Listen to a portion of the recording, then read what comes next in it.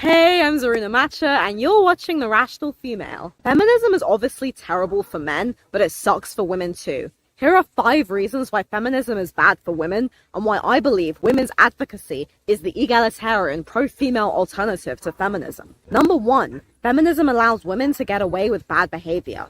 In a society where men are constantly held up as the villains, female bad behavior is often given a free pass. This is largely due to gynocentrism and the women are wonderful effects. In a gynocentric society, women are favored over men, meaning that whenever women behave badly, they are not held to the same standards as men. This is why more women get away with more crimes, including domestic violence. Men are less likely to report domestic violence instances than women, despite the fact that men are just as likely to be victims of domestic violence as women. This also allows women to be cruel to one another. When there's less consequence for women's bad behavior, women are much more likely to take advantage of other women and be cruel to other women. This is very sad for many women who have been victims of female-on-female cruelty. Young girls often experience relational bullying, which is much more psychological compared to the more physical bullying that young boys experience. Many feminist women are extremely unkind and condescending towards non-feminist women. Non-feminist women are often accused of having internalized misogyny, upholding the patriarchy, betraying the sisterhood, and are often met with much antagonism and hatred from feminist women. Even when non-feminist women try and present feminist women with evidence that feminism is a lie, feminist women unfortunately get very defensive and almost don't seem to care. If you read any book written by a feminist, there's a very angry and bitter undertone throughout. The sense of victimhood and narcissistic antagonism towards anybody else runs very strong. If a man disrespects a woman, there's more of a consequence than the other way around, because men are automatically expected to treat women with respect. And actually, prior to feminism, men arguably treated women a lot better, as they were supposed to be gentlemanly and chivalrous, whereas nowadays, a lot of feminists have spoiled this for non-feminists by dubbing positive male behavior as oppressive and misogynistic. Obviously, there are some men out there who genuinely don't respect women, but if a man disrespects a woman, the woman can call the man out on it, and other women and men will usually come to defend her, because there's that sense of defending a woman's honor. If the same thing happens in reverse, people are unfortunately less likely to take the man's side, which sucks. We're much more sympathetic to hurt women than hurt men. Furthermore, if a woman disrespects a woman, she often has a much harder time defending herself, because of how easily women can manipulate things and not take accountability for their own cruelty. Feminism has definitely made it easier for women to be cruel to one another and get away with it, which is really quite sad. After all, most of the feminists, even first-wave feminists, were really not the nicest people. Check out Janice Fiamenko on the channel Studio Brawl, who has an entire playlist about the true history of feminism and exposes much of the cruelty of many first-wave feminists, like the suffragettes and Elizabeth Cady Stanton. Number 2, feminism turns women against men. Feminism literally encourages women to believe that they are oppressed by the patriarchy and that men have more social privilege than women do. This encourages an unconscious bias of cruelty and hatred towards men, hence why many associate feminism with man-hating. And in a sense it is, as feminism is a very misandric ideology. Feminism does trick women into becoming resentful towards men, even very nice, well-meaning women. It does this by subtly teaching women to resent men for supposedly holding more power and privilege in society, when most people know that actually men don't have more power and more privilege in society. Men and women are just perceived differently, and masculine and feminine power is different. Women do indeed have lots of power, it's just more subtle, and as mentioned earlier, societies that don't hold women accountable for bad behavior do allow women to easily abuse and take advantage of that power, such as by removing men's rights to see their children. By teaching women that we are oppressed by men, and that men hold power and privilege over women based on sex, feminists end up turning women against the very thing that most women truly desire, a loving, stable, and committed relationship with a man. Feminists are subconsciously planting ideas of fear and division into women's psyche, rather than teaching women how to love and honor men. By divorcing women from our innate romantic desire, feminism ends up creating women who are lonely, bitter, miserable, and unmarried, who in their 40s look back in their lives and feel nothing but regret for having such a hostile and antagonistic attitude towards men. By the way, I'm aware that not all women want to get married, or that some women are lesbians. I'm simply saying that the majority of women are heterosexual and do desire long-term romantic commitments, and this usually means marriage. Many women get offended if they've been in a relationship for a while and their man hasn't proposed. Unfortunately, thanks to feminism doing a lot of damage to men in the divorce courts, many modern men are foregoing marriage. This is very sad. We must inspire people to believe in romance and marriage again, and the way to do that is by turning people away from feminism. If you want to see what a society where marriage and heterosexual sex is illegal and men and women are taught to be wary of each other, then check out my novel Tic-Tac-Toe. It's a young adult cultural Marxist dystopia that depicts the logical conclusion of where feminism and the trans ideology is going to take us. The link to the trailer is in the cards or in the description. Number 3, feminism encourages victimhood in women. Because feminism teaches women that they are oppressed by a patriarchy, it encourages women to view ourselves as victims.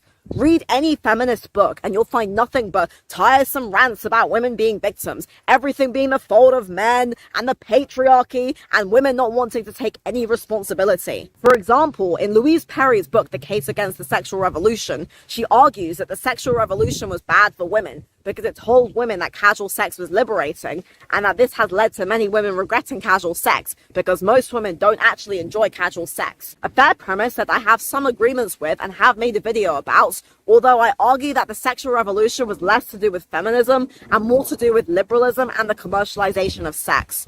I wouldn't say feminism has really much to do with sexual liberation, as many first and second wave feminists did not support this, and this has caused a massive division in feminism. So it's not really relevant to say that feminism was about sexually liberating women. If anything, it was turning women against men, which likely hindered women's sexual chances. I mean, potentially accusing a man of being a rapist or associating sex with patriarchal domination is not really the hottest pillow talk.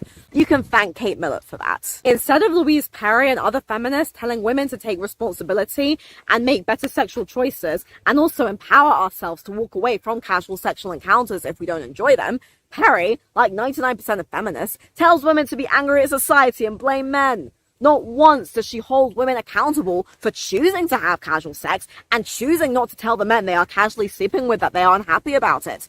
Men are not mind readers. If you and a guy have made an arrangement to have casual sex, you secretly don't actually like it, but don't say anything and then get angry when he doesn't magically make you his girlfriend, don't expect any sympathy from me. You brought this on yourself. You chose to have casual sex, and there's absolutely nothing wrong with this. It's your choice, but you then continue to do it despite not liking it, and don't say anything about it. Why didn't you turn around and say you don't want this anymore? As long as you are not being coerced or forced, which is obviously terrible, what do you expect the guy to do? If a man is sleeping with you casually and this is the arrangement, you cannot be angry at him if he's not thought anything else of it. If he has been honest with you from the start and has not taken advantage of you in any way, what's the problem? You can't be mad at someone for not reading your mind. Many women bring much of their problems, especially problems regarding men, on themselves. Now, some men are genuinely abusive and cruel, I don't discount this, but most guys are not, and a lot of the times women allow ourselves to be used and taken advantage of.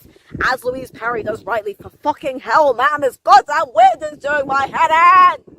Ah!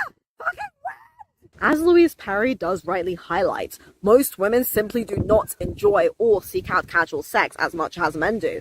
If you as a woman do this a few times and realize it's not for you, then stop. Many women don't like or want casual sex. Arguably, casual sex is not really healthy for anybody, as it takes the vulnerability and emotional bonding out of sex and reduces it down to a superficial encounter. But people still have the right to do it, and many women realize it isn't for them, and instead of taking responsibility for this, simply allow themselves to be used without saying anything. If a woman is dating a guy who clearly doesn't respect her, and she is aware that he doesn't respect her, yet she continuously goes back to him, expecting him to change, she is simply digging her own grave. You, as a woman, must stand up for yourself and take responsibility. You should never allow any man to take advantage of you. A man will only take advantage of you if you allow him to. If you look him in the eye and say, I will not allow you to treat me like this, that is power, and much better for women than groveling and being a whiny victim. Stand up for yourself. You don't have to be a man's personal sex toy if you don't want to. Some women love casual sex. I did a lot of it, I enjoyed it, and now that part of my life is behind me. But a lot of women don't enjoy casual sex, and women need to learn to say no and walk away. No good can come from telling women that they are oppressed and have no agency. This is the opposite of female empowerment, and this is why the feminist approach of blaming the patriarchy harms women. The way to empower women is to tell women you have a voice and you can make a choice. The minute you assume that the patriarchy is holding you back is the minute that you have failed as a woman. Don't allow the feminist slave mindset of blaming the patriarchy ruin your life. You are better than that. Women are not victims. We are in command and in control, and we must take control of our lives. The way to do this is by recognizing our own agency and strength, not blaming everything on men, society, and the patriarchy. Number 4, feminism makes women irrational. One of the reasons why I call myself the rational female is to distinguish myself from the feminist.